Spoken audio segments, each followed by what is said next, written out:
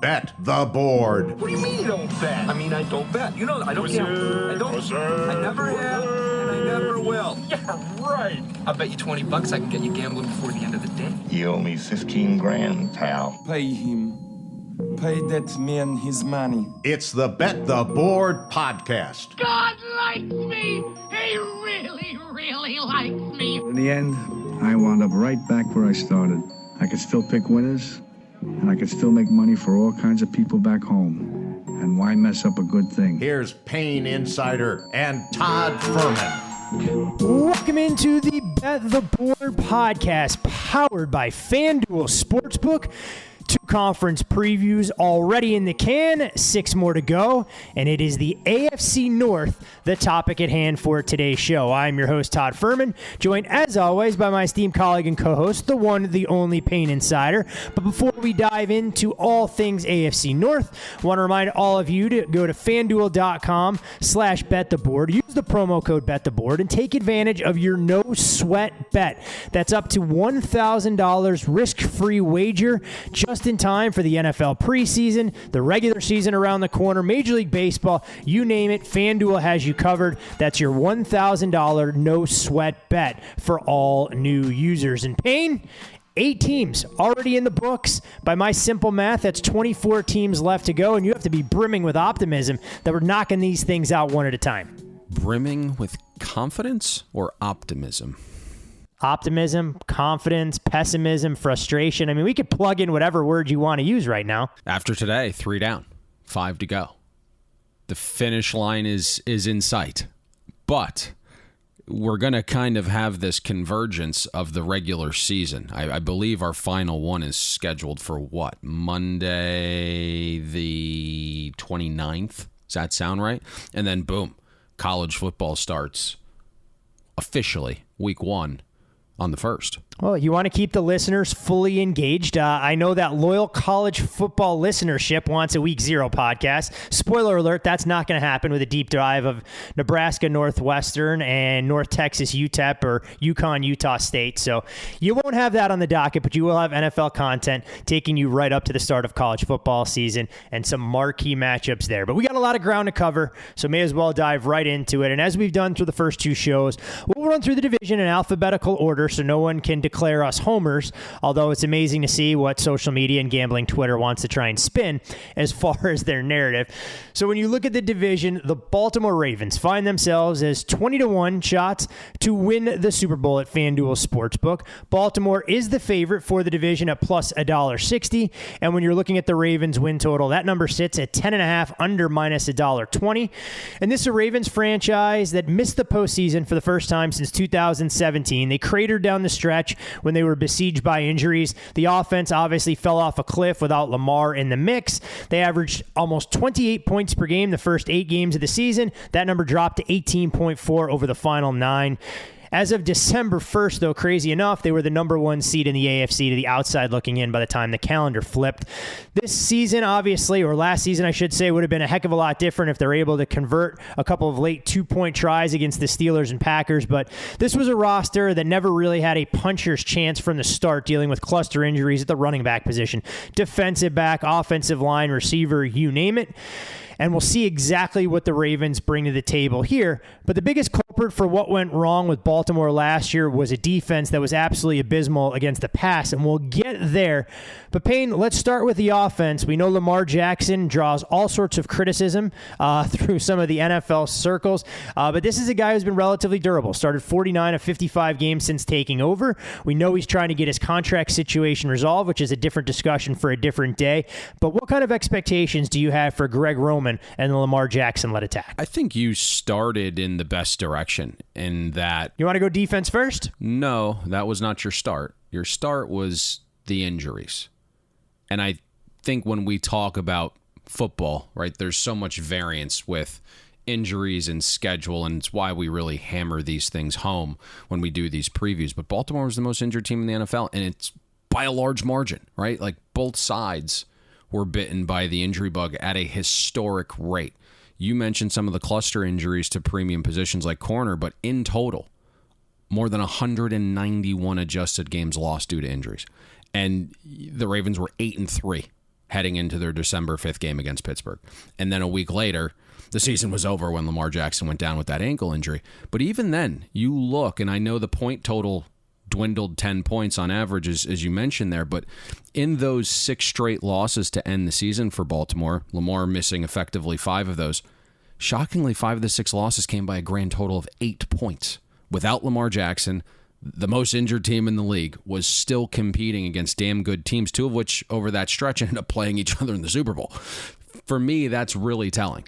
And it's why my outlook for Baltimore this season is a really positive one. When you have a run-based offense, and after a handful of games, just one of your starting offensive linemen is actually starting at his projected position, it's tough to operate the system you want. When you are a run-based offense and your top 3 projected running backs of J.K. Dobbins, Gus Edwards, and Justice Hill have a grand total of 0 carries, it's a problem, right? And I think those situations improve this season, and because of that, Lamar Jackson's game should elevate again. Now, it's interesting. You really kind of glossed over this, but there is still this weird dichotomy after 5 years of opinions on Lamar Jackson. It's wild, man. It's absolutely wild when you read how different opinions are and some of these anonymous surveys about ranking top quarterbacks and everything else. It just leaves me scratching my head and somewhat bewildered. You do have that group of old school guys that are sticking to their guns, and they're like, see, he's not a natural passer. He's not a pocket quarterback. He's not ever going to be an elite quarterback. He'd make a mighty fine receiver, though. And then you have the opposite end of the spectrum screaming, on this specific down, on this specific part of the field, and this specific metric, Lamar's the very best in the world. So it's this very crazy place on the internet. But I think there needs to be an understanding by all parties that Lamar's unique. You have to understand that he's not a traditional quarterback, and you can't just pick the parts of his game that fit your narrative. So, yes, we did see Lamar's production dip last season. Injuries around him were mostly the reason. But we did see Lamar's interception rate increase. His touchdown rate decreased. Completion percentage above expectation was negative. Lamar had nearly as many turnover-worthy plays from a clean pocket as he did passing touchdowns. His deep ball passer rating was the worst of his 4-year career. But when you put Lamar in the right context, and that context is he's an above-average passer, and he's the greatest running quarterback ever. When you look at EPA per play, when you understand how valuable scrambles and designed runs are from quarterbacks, and how Lamar has an ability to take a perfectly covered drop back snap, and instead of throwing an incomplete pass for 0 yards or taking a negative play, Lamar is able to turn it into a positive gain to stay ahead of the down and distance at a rate we've never seen. Those are things you have to factor in. Lamar's completion percentage, the last 3 seasons combined, is 5% better than Cam Newton's MVP season. Lamar's average air yards per completion were nearly 1.5 yards greater than league average last season, while having arguably a bottom 10 receiving core. The guy can throw the ball better than average, and he's just elite on the ground. So where I'm going with this is, I'm not sure we're going to see a 2019 MVP ceiling get hit again, but we're not headed towards a 3rd straight season of incremental regression, even against a tougher schedule of passing defenses. It helps if Rashad Bateman lives up to his first-round pedigree. I know he's flashed in camp. As a rookie, had a top 5 contested catch rate, and his win rate against man coverage was fringe top 25. As a rookie, he has to own the outside because James Prochet is a slot guy. We know what Mark Andrews provides from the tight end position, but he lines up in the slot or in line most of the time. 2.2 yards per route run. Only Dallas Goedert and Kittle average more. I do think there's question marks with Duvernay and Tylan Wallace and potentially who lines up on the other side of Bateman. Let's see if a veteran receiver gets added before the 21st. We also have to mention at this very moment, keeping things fair, Baltimore still grades out the most injured roster during camp. Bateman has a soft tissue injury. They say it's not a problem. Gus Edwards hasn't practiced yet. J.K. Dobbins returned this week and has a ways to go before playing in week 1. Ronnie Stanley still isn't practicing because of his twice surgically repaired ankle, but Harbaugh claims he'll be ready week 1. Tyler Linderbaum isn't practicing with a foot injury that Harbaugh claims isn't serious, but others are reporting it as a Liz Frank injury. 4 really important guys to keep an eye on injury-wise. But again, if Lamar has a healthy O-line, and some healthy running backs, it bodes well because the Ravens play bottom 5 schedule of run defenses this season. Overall, big stock arrow up on Baltimore's offense, Todd. Do you believe in some of the receiving weapons? I mean, I know you talked about some of the injuries, the offensive line concerns and all of that. Obviously, Rashad Bateman, a true number one, and Mark Andrews, a number one tight end. But as far as depth, that seems to be the overarching sentiment around this Ravens team. Yes, they're run first, but they can't afford any injuries specifically at the receiver group. Yeah, that's the area of concern, and that's why hopefully they're going to add somebody before the 21st. There's a couple guys that are still out there. I don't know if they're going to pull the trigger. That's something we're certainly monitoring.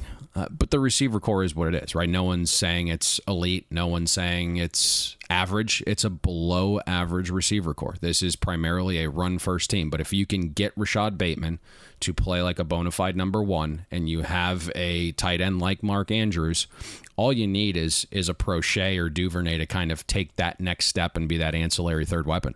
And if you get some healthy running back play, and that'll be the interesting thing to monitor J.K. Dobbins, right? He came back this week. He looked terrific.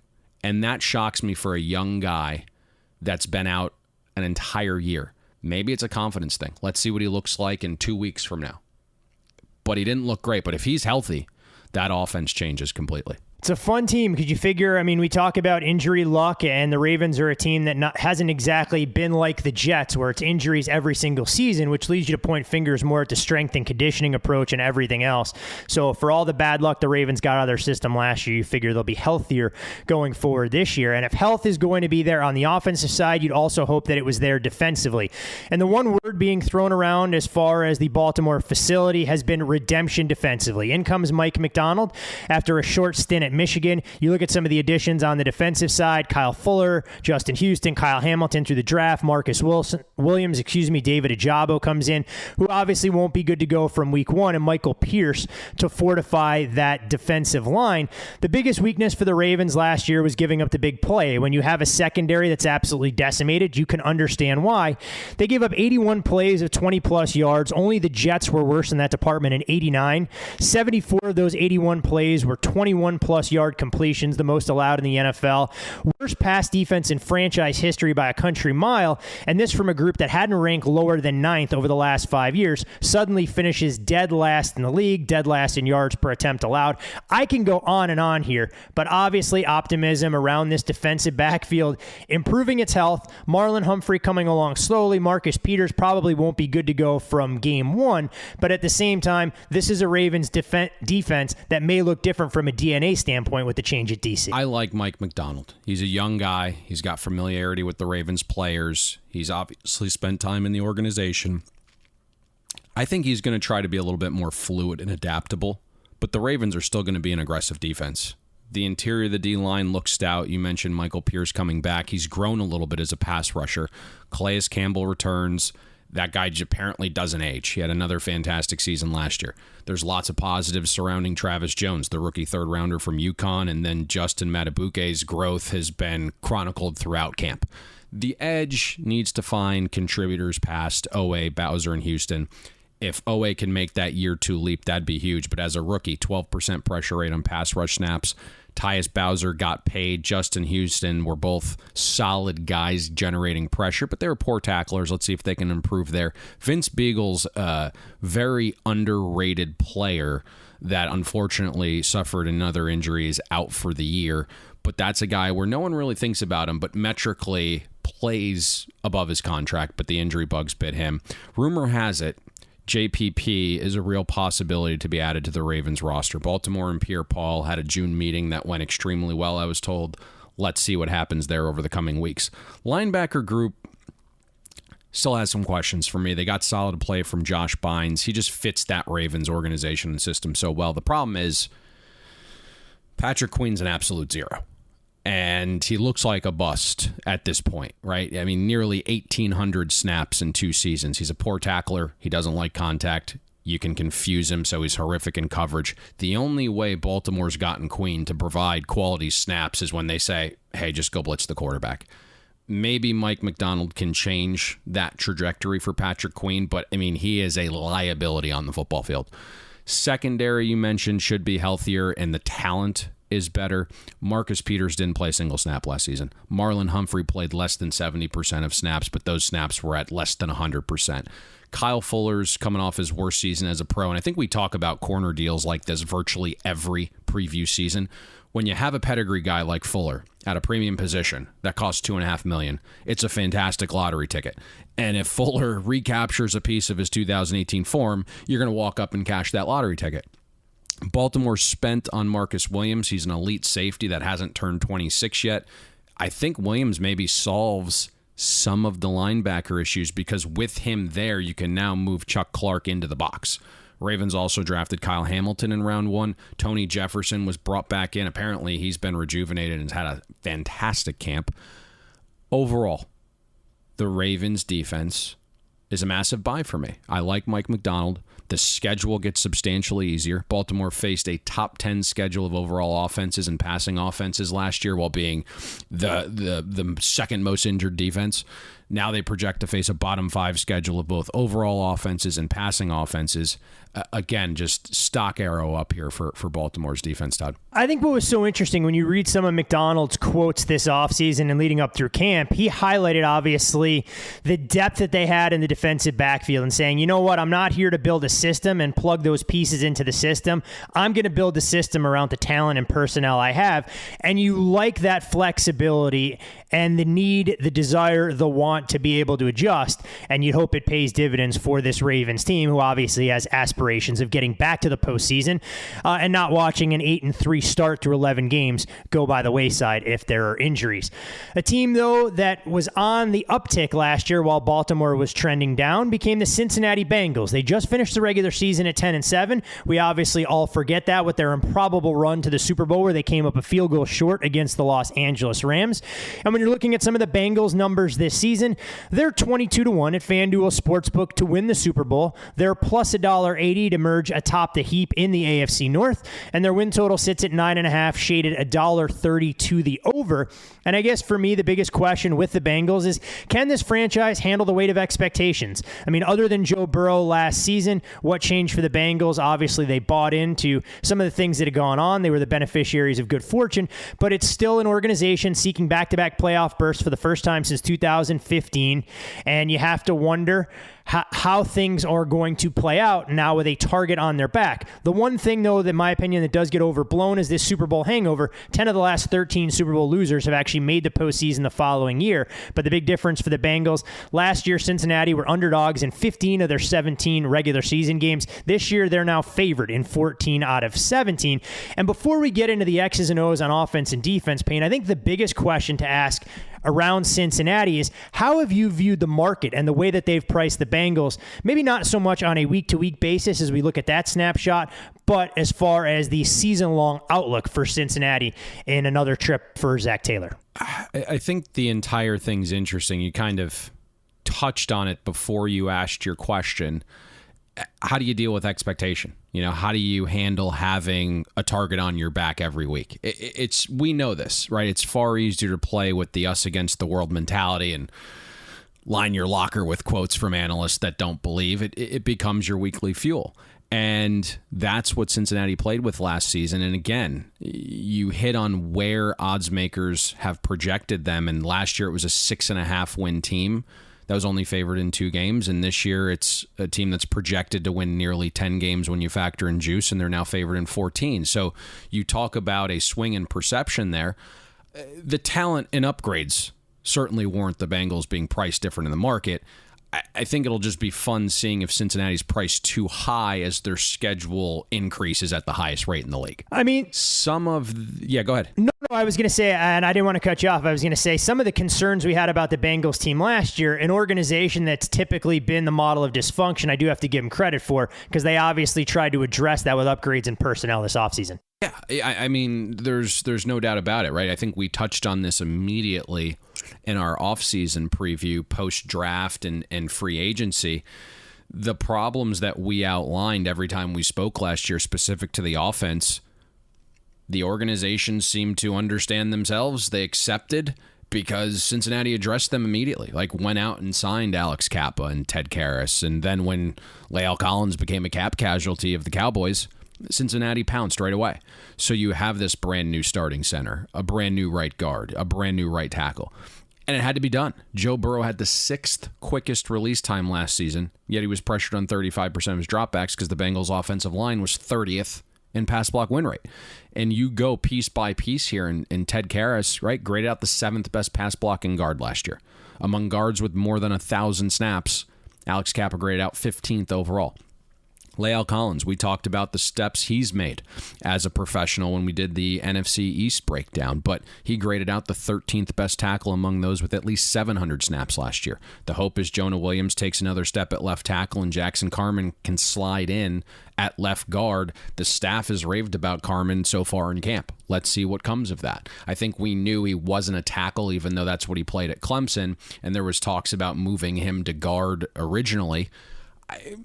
I don't know what you're going to get from him, but it can't be worse than last year, you know? And I think past the obvious of what an upgraded offensive line can do, and, you know, it's likely, I would say, if Cincinnati had this exact O-line during the Super Bowl, they probably win the whole thing.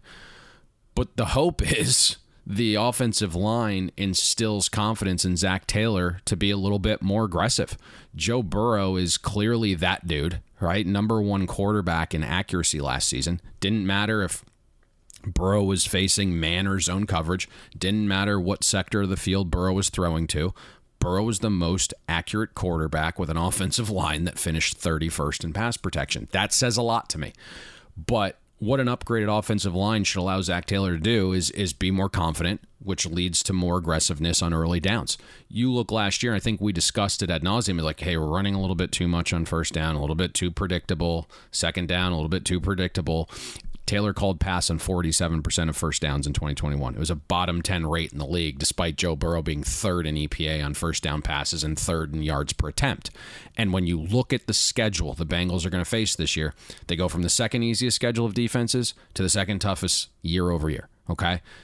Zac Taylor has to rely on his best players more this season, and that means putting the ball in Joe Burrow's hands as much as you can, letting him distribute to this elite group of skill position weapons. I mean, it is nuts. Jamar Chase, I think, improves in year 2, and word is, if you're following camp, Chase is going to play everywhere this year. He's not going to just line up outside like he did last year 81% of the time and hope that you can throw jump balls to him and he's going to have these explosive touchdowns.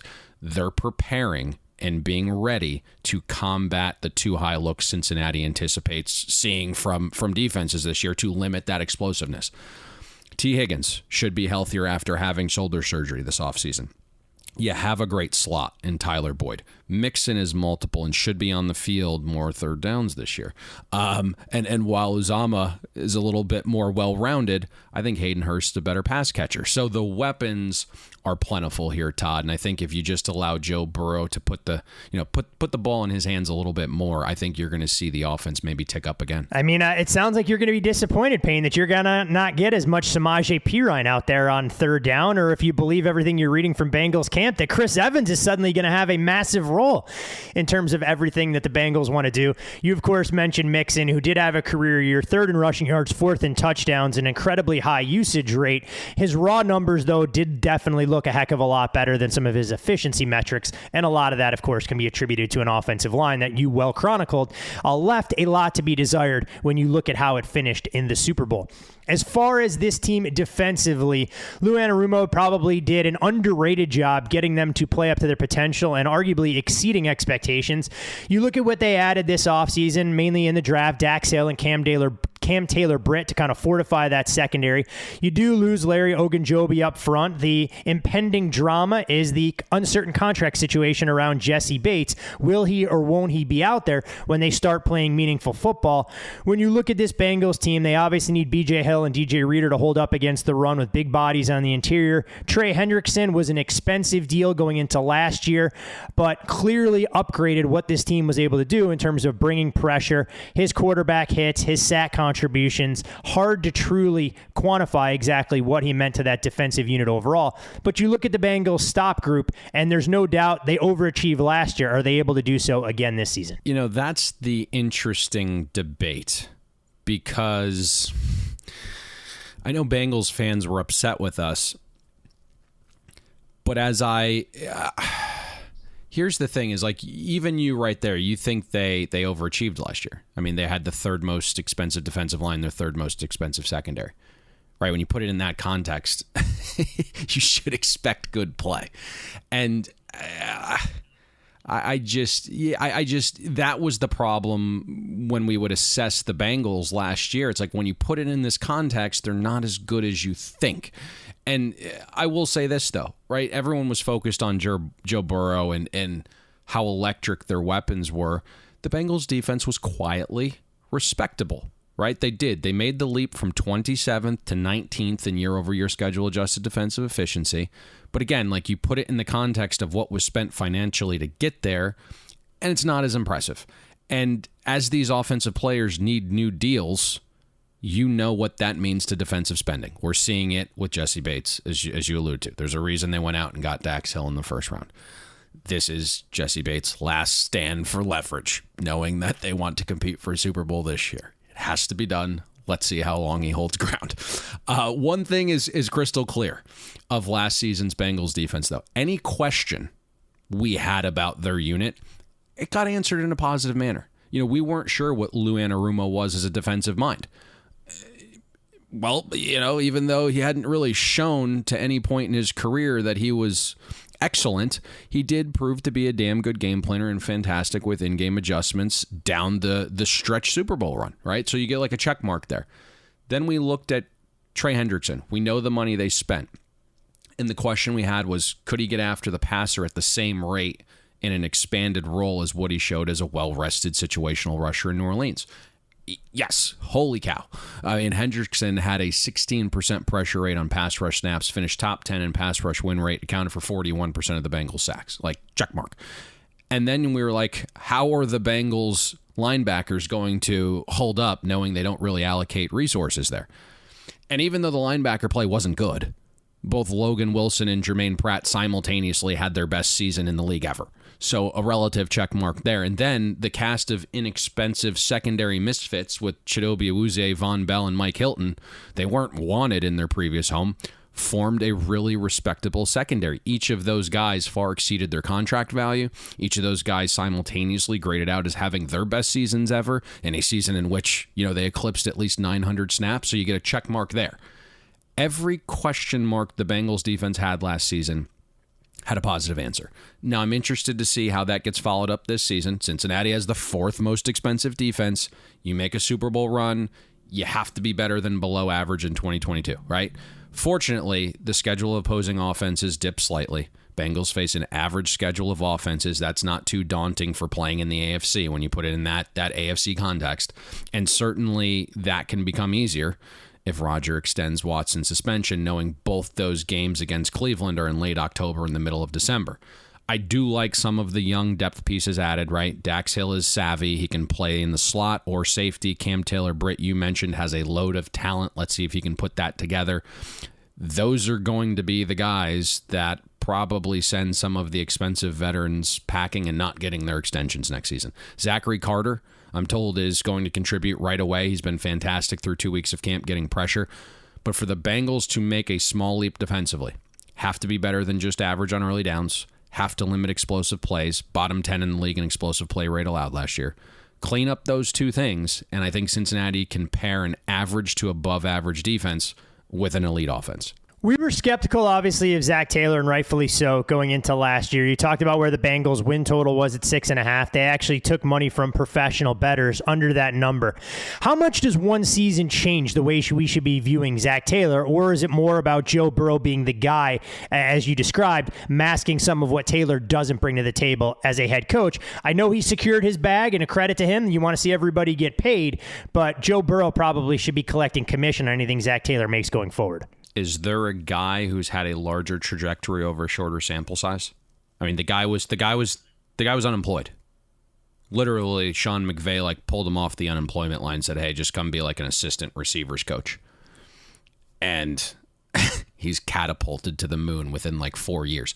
None of the things that he does are fantastic by any stretch. I really think Joe Burrow is, you look at some of the metrics last year, he was the best quarterback in the NFL. And those weapons are ridiculous. And let's see what this looks like, right? And this is why there's pressure now on these guys. Can you win on Joe Burrow's rookie deal?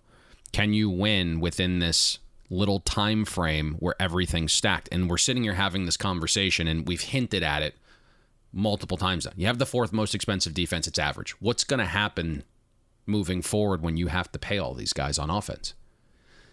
Are you going to be able to keep them around, right? Is Tyler Boyd going to end up moving on at some point because you have to pay Higgins and Chase? So you start to lose these little ancillary pieces that add up to a lot. And that's why when you're in the Super Bowl, it's fun to be like, hey, they got there. But you need to start winning these things when you have the opportunity. And listen, I mean, Patrick Mahomes has his MVP.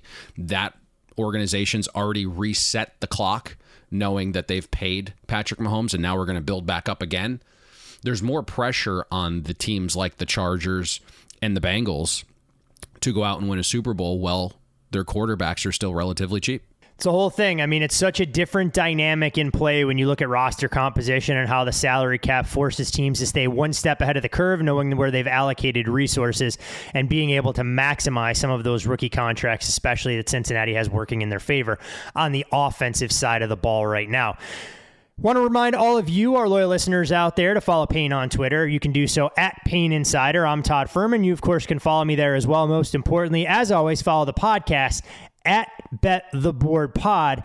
And the Ravens and Bengals obviously can be major beneficiaries if Cleveland continues to find themselves in turmoil. And when you're looking at this Browns team, 24-1 to win the Super Bowl in 2022. They're 3-1 to win the division, and their win total 8.5 shaded under minus $1.20. All these numbers, of course, courtesy of FanDuel Sportsbook. And Payne, I could sit here and talk about the roster for the Cleveland Browns. We could talk about what this team would look like defensively, how they're going to be a run-first offense leading on a tandem of backs in Nick Chubb and Kareem Hunt. But let's not avoid the 800-pound gorilla in the room, which is the overarching question when you're handicapping the Cleveland Browns in 2022. How do you even go about it, knowing the uncertain status of Deshaun Watson? So I'm not sure how uncertain it is, right? I think Deshaun Watson's missing more than 6 games. That seems to be a virtual guarantee. Once Judge Sue Robinson determined there was wrongdoing and Watson was lying, no matter if she handed out a fine or the 6 games she did, that depicted guilt. And once there was any level of guilt, that now allows Roger Goodell and the NFL to assess suspension they deem fitting, and we know Goodell's been pushing for something in the range of 12 games to indefinite. Let's see how that unfolds in the coming weeks, but if you were putting odds on it, you're a former odds maker. It's probably a large favorite to be more than 6 games. And, you know, what we know for sure is Jacoby Brissett's the man under center. Well, Watson's out, barring injury, obviously. And I don't love divulging this stuff because it gets ripped without credit and decreases the value I have as a bettor. But we're starting with a 6-point downgrade from Watson to Brissett. That's our baseline from the onset.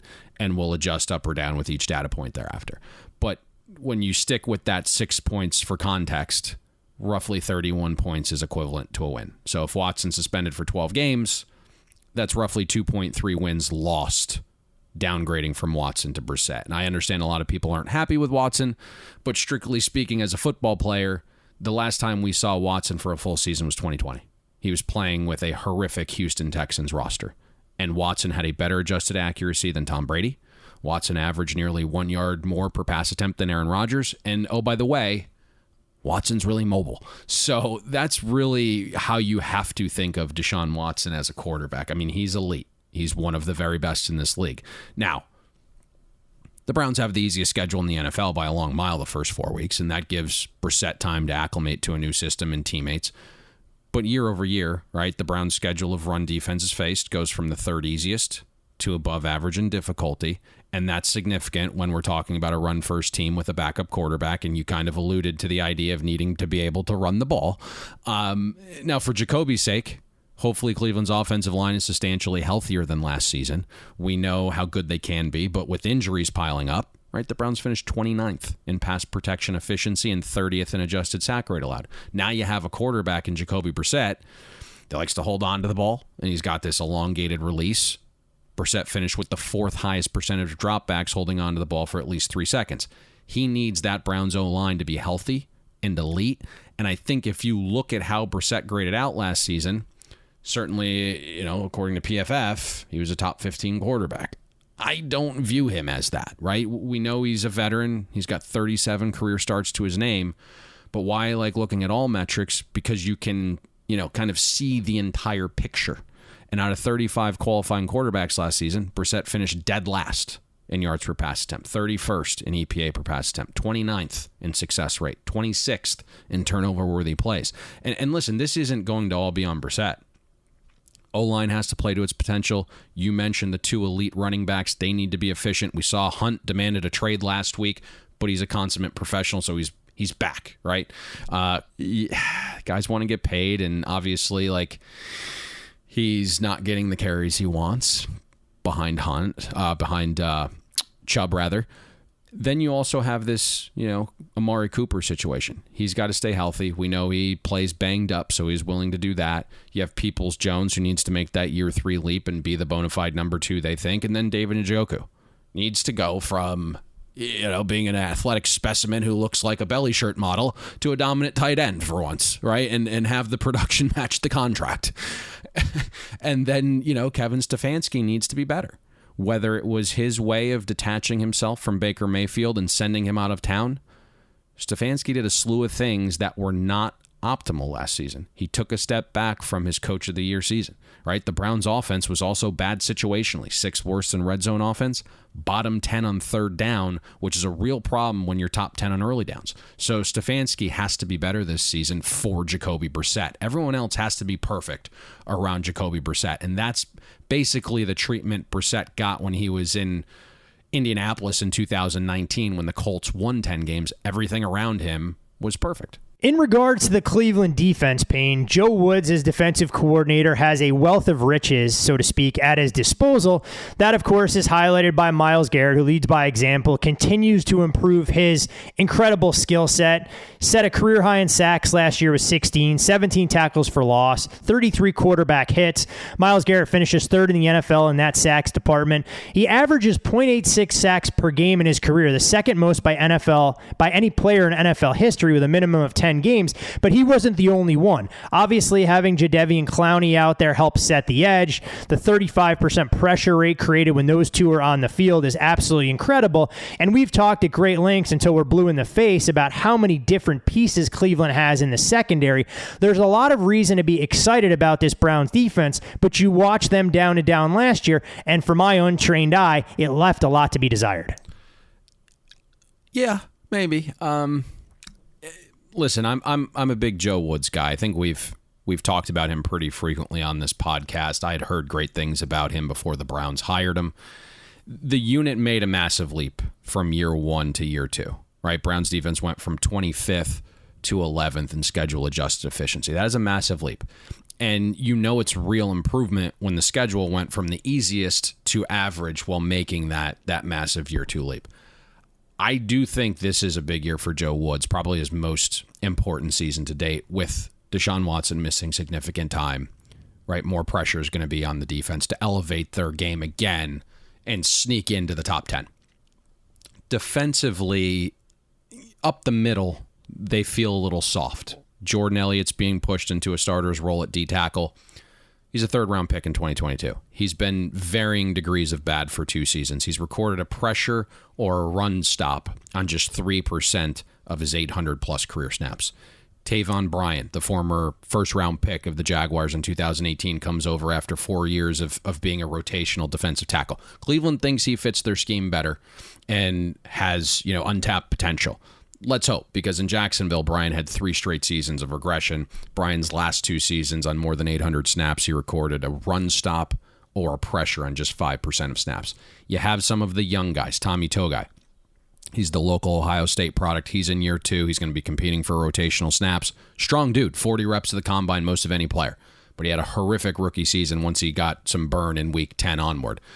Of Browns defenders with at least 100 snaps, Togi I graded out the worst defender on the team. I do like the rookie, Perion Winfrey out of Oklahoma. He is a ball of talent, can get after the quarterback, showed the ability during the Senior Bowl to play a 3 technique, which is something he didn't do at Oklahoma.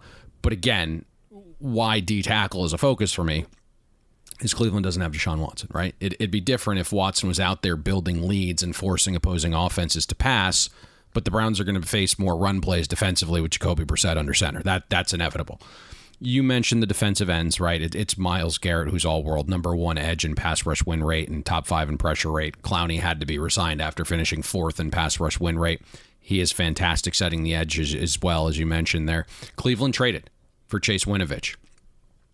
I'd assume in known passing situations, you can move Clowney inside, and you have those 3 guys on the field at the same time. It's bizarre how Belichick used Chase. Didn't get much burn as a rookie, led the NFL in pressure rate among edge rushers in 2020, then played a really limited role again in 2021. So it's just very, very bizarre. Linebacker group overall is above average because of JOK, but those D tackles have to keep bodies off JOK so he can roam around and be a madman. JOK's ability to cover and fly sideline to sideline is special. The Browns were number 1 in the NFL in running back pass defensive efficiency because of JOK. He's just smaller framed, so you have to have your defensive tackles keep bodies off that guy. Cleveland's secondary is... they have the potential to be elite. We know what Denzel Ward and John Johnson are. Ward's coming off his most complete season, finished 17th in adjusted yards allowed per coverage snap, and for the first time in his career, graded out positive against the run, and his missed tackle rate was in the single digits for the first time. Joe Woods likes to play nickel. He lived with 5 defensive backs on the field 61% of the time. So Newsome, Greedy, right? Delpit, they'll be out there as well. That's 3 top 50 picks heading into year 2 or 3. Greedy and Delpit bounced back after last season after some injuries the couple years prior. I think if all goes well and Brissett doesn't put this defense in horrific positions, they can fight to be a top 7 type defense. The schedule of offenses the Browns face projects to be bottom 10 in passing, pass protection, and rushing. So I would have a stock arrow up here on the Browns defense this year. Again, just don't have Jacoby Brissett put these guys with their backs against the wall a lot this season. And I think maybe you're going to see another surge here from Joe Woods' defense in year 3. You know, it's such a fascinating team to look at for all the wrong reasons. Obviously, if you're a Browns fan, you'd love to have your full complement of weapons, both on the offensive and defensive side. You know what you gave up to bring Deshaun Watson in as your starting quarterback going forward. But I think this is a defense that can use that as a rallying cry, to your point, come together, play up to their potential, and just have to play lower variance games, knowing that they don't have that offense that might be capable of hitting the explosive play in such a timely manner as they would have with Deshaun Watson under center. So buyer beware on the Cleveland Browns. You may not want to write this team off for dead just yet, but it will be an interesting watch week to week, especially if they're able to build a little bit of momentum and create continued optimism for a franchise that's really struggled for staying power. The model of consistency in this division over the years, Payne, has obviously been the Pittsburgh Steelers, but they're about to enter into a transition period, and we're not quite sure how long it will take for them to raise themselves back up to the lofty expectations that are typically set in the Steel City. When you're looking at FanDuel Sportsbook, the Steelers are 70-1 to win the Super Bowl. They're plus 950 to win the AFC North, and their win total sits at 7.5. You do have to lay $1.15 to go under the total. The Pittsburgh Steelers as a franchise have gone over 500 or better for 18 seasons in a row. Obviously, that run coincided with Big Ben's career trajectory. They were extremely fortunate last year in close games, going 4-0-1 games decided by a field goal or less, 8-2-1 in a single-score football game, so those numbers suggest a little bit of regression. But if they are able to go 500 or better, this run would tie the Patriots from 2001 to 2019 for the second longest run ever, a record currently held by the Dallas Cowboys, who did that from 1965 to 1985. Once again, though, this is a Steelers team who may be getting back to their roots. Most expensive defense in the league, least expensive offense, and obviously some major questions, not just about quarterback, but what that group of blockers will look like in front of franchise running back Najee Harris. Yeah, I mean, I look at Pittsburgh's offensive makeup, and I feel optimistic because the young skill position talent is absurd. And it almost allowed me to believe, hey, like this offense could be scary with Deontay and Claypool and Freiermuth and Najee and the way Pickens is playing in camp right now. My God. He's your guy. He was a guy you talked about at great lengths when he was at Georgia, if he could stay healthy and on the football field. Then I take a step back and gather myself. And I understand for an offense to be consistent, the quarterback and offensive line have to be the engine. And I think there's massive question marks about both for Pittsburgh. Steelers' offensive line is the cheapest in the NFL. The entire offense, second cheapest in the league. Probably not shocking when your head coach is defensive coordinator. And while I love some of the concepts and principles Matt Canada has offensively with, his high motion rates and jet sweeps and you name it, Canada's never proven himself on this level. And in year one of his, reign as Steelers OC, Pittsburgh's year-over-year offense dipped 3 spots in schedule-adjusted efficiency and 6 points per game on the scoreboard. Now, I'm going to keep some things fair, right? You have an out-of-shape 40-year-old Big Ben who can only take shotgun snaps and deals with throwing arm issues. That's going to limit what you can do offensively. He can't be under center. He can't make, play action all that effective. He tips run-pass calls. So that should help Canada having a quarterback that doesn't do some of those things. But it is Mitch Trubisky, right? And I don't know what we're going to get from him. I know Mike Tomlin said in his exit interview last year, like he wanted more athleticism from the quarterback position. So obviously, like Mitchell Trubisky does provide that. And the quote yesterday from Tomlin was like, based on pedigree, based on past performance, we came in with the understanding Mitch would be our starting quarterback from day one. And that's how things have played out so far in camp, right? Trubisky's apparently separated himself from Rudolph and Pickett after a rocky start the first few days of camp. I think Mitch has to prove it to us, right? Like being in Buffalo with a great offensive coordinator like Daboll, who also is a player's coach, going out of his way to scheme up a game plan and script for Mitch so he could, exact revenge on his former Bears team last preseason, doesn't make me magically think Mitch has just figured things out on his own. I don't believe that yet. And here's where I'm at with the two problem areas. Is the Steelers' projected offensive line, left to right, is Dan Moore, Kevin Dotson, Mason Cole, James Daniel, and Okorafor. The Steelers' offensive line finished 31st in pass block win rate last year. Dan Moore's a 4th rounder in year 2 at left tackle, gave up a pressure on nearly 6.5% of pass block snaps, graded out 75th best tackle among those with at least 275 snaps. Kevin Dotson is a 4th rounder heading into year 3. He regressed in year 2, partly due to injury. He finished the 51st best guard.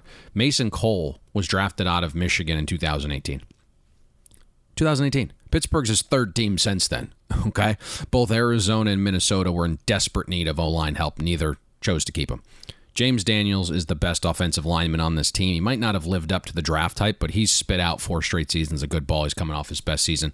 Okorafor finished tackle number 64 last season. So aside from James Daniels, there's some question marks here. Pittsburgh is also going from Big Ben, who had the quickest release time in the NFL last season, to Mitch Trubisky, a well below average time to throw guy.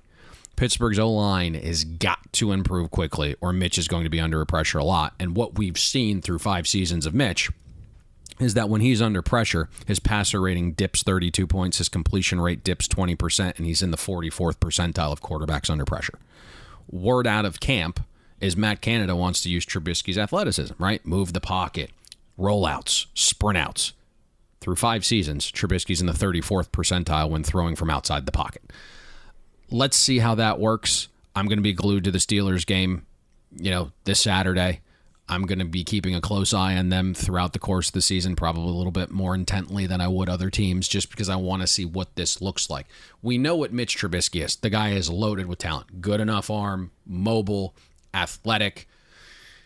It's always been upstairs for him. That's a little wobbly, let's say. So, again, I don't really want to be transformed into going back and watching last preseason where he dominates the Bears, knowing Brian Daboll scripted and game planned for him specifically for a preseason game, which no other teams are really doing. So I want to see what this looks like this year, and I think it's kind of a wait-and-see approach for us, and I think that's the best way to handle this, to be completely honest with you.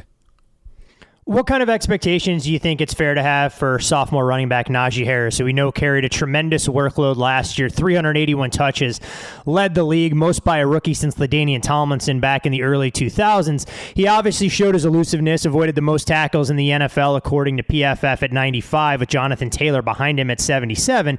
At the same time, the efficiency numbers weren't there. The raw stats were, just because of the incredible workload he had thrust on his shoulders. Finished RB7 last year with that workload. I'm hearing the workload will be diminished a little bit this season, and I know pro bettors that focus on player props season long have gone under his rushing yards of 1,200 and a half, and that's why you're in the 1,100 range now. The word is they're not going to use him as much this season. That would just be a ridiculous rate. However, if you can get increased O-line play, maybe the touches dwindle, but the efficiency increases, and you don't necessarily see that drop off. But I don't have a ton of belief in this O-line just yet. I mean, Najee Harris, the king of 7 catches a game last year for 22 yards, as Big Ben looked to check down him on 3rd and 17, allowing him to help teams that drafted him as from a fantasy standpoint in PPR, not nearly as much in traditional scoring formats. For all the questions we have about the Steelers' offense and what that group is going to look like as they go through a transition, defensively, I don't mean to cut you off, but if you're playing fantasy football without a PPR, I mean, what year are you in? You got a lot of old school guys out there. They play traditional formats. You got half PPR. You got 2 tight end flexes. I'm blown away, Payne, the amount of different fantasy iterations that come up every single year. I think it's because somebody can't beat the traditional methods, so they have to go out there and develop something different. They figure out a loophole. They try and get their buddies together, and they feel every year they can change the rules, so it gives them a competitive advantage. Todd, you have to adapt, right? Love evolution. We just got to get you moving forward. You're getting very old now. I mean, it's very tough. much so get off my lawn. I mean, what can I say? I'm a 40-year-old man who understands his best years are behind him and gradually has to cling to the glory years, much like Al Bundy in Married with Children, who celebrates his 4 touchdowns scored in one game at Polk High. But all right. I know you're not. I know we're going off the rails here. I know you're not. That's fine. We're allowed to go off. It's our podcast. We're allowed to go wherever the hell we want it to go. Did you ever play Sandbox? As a kid, it was a fantasy basketball daily fantasy thing. I remember coming home from middle school and could not wait to get my Sandbox lineup in. I don't know if Sandbox was. No, I don't think that was the one I played. We played some ridiculous one, and you'll laugh even harder. When I was playing junior hockey, we had a fantasy hockey league that you basically bought and sold players way back when, and the most exciting part was when a player's valuation went up. What was Sandbox? What was the wrinkle with that? I think it was just picking your 5 with, that was the first time money was attached to it. So there was the salary cap format. You just pick your daily 5. And I just, so it was DFS. DFS before DFS. Me and my buddies would kind of have a daily little gambling thing. And then we'd go hit the NBA 2K for Sega Dreamcast. No, I never played Sandbox. I mean, I probably was too old back then. I mean, you were probably in 5th or 6th grade. I was finishing up my time in high school, so. Gotcha. Okay. All right. On to the Steelers defense. Yeah, I now have to go back and look and do a little bit of research on Sandbox. But yes, the Steelers defense, they go out and they add some key pieces, or at least pieces they hope can contribute. And Ahkello Witherspoon and Levi Wallace in their secondary. Miles Jack comes over from Jacksonville, and Larry Ogunjobi changes rosters within the division. Obviously, you look at this Steelers team, it's the most expensive defensive unit in the entire league. The defense a season ago was a full yard per play worse when TJ Watt wasn't out there on the field. Watt, of course, tied Michael Strahan's single-season record for sacks with 22.5. And when you look at this Steelers team, we know they want to get after the quarterback. I mean, what they've been able to do in that department is pretty incredible. They're the only team in league history to lead or tie for the lead in that sack category for 5 straight seasons. You see it in sack percentage. You see it in quarterback hits.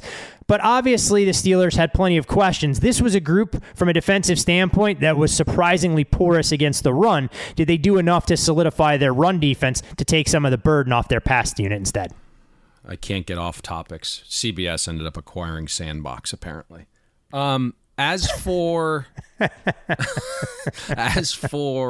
the Steelers defense, we did a really good job assessing that defense last season. I think we identified their decline before anybody, and it wasn't, to me, overly difficult when you lose guys in the trenches over time like Javon Hargrave and Stephon Tuitt and Bud Dupree and Tyson Alualu, right, turned 34, then couldn't stay healthy. It's going to matter. And we saw the Steelers' early down defense last season dipped to 23rd. They got bullied in the trenches, as you alluded to, right? 29th in run-stop win rate. In terms of defensive line yards, Pittsburgh went from 2nd to 19th year over year. They were the 2nd worst in explosive run rate allowed as well. You can't lose Jimmys and Joes when your X's and O's are questionable.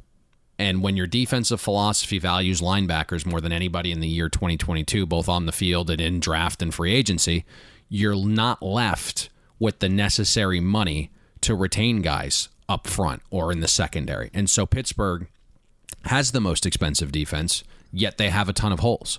And for years, Pittsburgh would ask its linebackers to cover slot receivers, and they were shredded.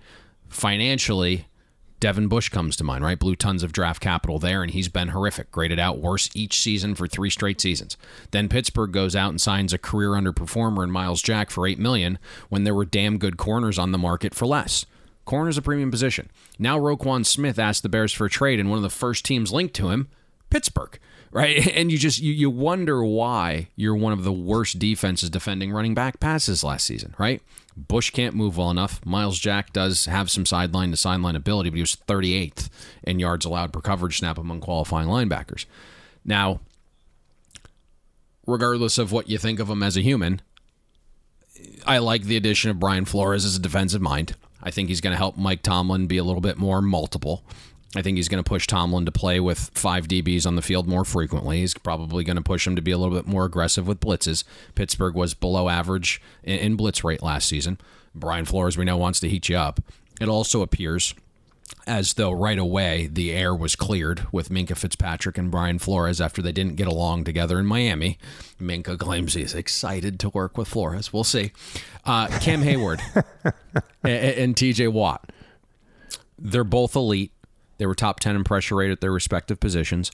Minkah Fitzpatrick has traits to be elite, but past those 3 guys, there's questions, right? Even Cam Hayward, he's going to be pushing towards 34 years old as the season progresses. Stephon Tuitt retired. So you mentioned Pittsburgh inking Larry Ogunjobi. He's got to have a big year. Chris Wormley is there for depth on the interior. Tyson hopefully stays healthy, right? Secondary has a ton of veterans. And so guys seem to communicate well and know their assignment, but past Minkah, who's the difference maker out there, right? Levy Wallace, I think, has exceeded expectations in his career for an undrafted guy. He's been solid, but he's coming off his worst graded season.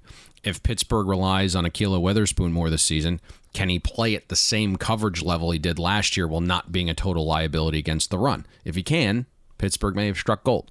Now, the saving grace for Pittsburgh's defense could be Brian Flores' imagination, in the fact that Pittsburgh plays the easiest schedule of pass-protecting offensive lines, and the schedule of passing offenses goes from top 5 to below average this season. So huge drop-offs there. I don't hate Pittsburgh's defense. I just want to break this unit down in the context of most expensive in the NFL and no longer going to compete for being the number 1 defense like it did in 2020, Todd. Yeah, it's something that I think has become a sobering reality for Steelers fans who hold this unit specifically to such a high standard. And when they go out there and get bullied in the trenches, it doesn't exactly sit real well with the blue-collar mentality that you typically associate with football being played in the Steel City. I'm not sure if you did it intentionally breaking down the Steelers defense, but we may have a brand new Payneism to come out in only the 3rd episode of the season as far as the NFL. Did you catch what it was? No, refresh my memory here. You can't lose Jimmys and Joes when you have questionable X's and O's. I mean, that may be the best line you delivered on this entire podcast, other than the sandbox rant that we now has been acquired by CBS. A lot of information. I'm sure there's like 2.5 people that remember playing sandbox fantasy basketball back in the day. I have to imagine there's a lot more than 2.5 that'll be out there. So if all of our listeners who are tuning in, definitely tweet Payne if you have screen grabs or anything close from your sandbox days. It'll make him feel nostalgic for his childhood dreams and everything else he accomplished back then. Anything else you'd like to add to the Steelers breakdown, my friend? I think that's everything. Let's get to the best bet and get out of Dodge. All right. I want to remind all of you, our loyal listeners, follow Payne on Twitter at Payne Insider. I'm Todd Furman. You, of course, can follow me there. Most importantly, follow the podcast at Bet the Board Pod. And if you haven't already done so, I'm not sure what you're waiting for. FanDuel.com. Use the promo code Bet the Board. Take advantage of your no sweat bet up to $1,000. The perfect time to load up those accounts and be ready for the football season that lies ahead. And Payne, you mentioned it. This is the best bet or best investment portion of the program. The floor is yours. Not going to be surprising. Baltimore Ravens to make the playoffs. Okay, you're going to have to search around for this. There's some minus 140 out there. There's some minus 150 at FanDuel. It does get higher out west a little bit, so you're going to have to shop around for this. But Baltimore Ravens to make the playoffs.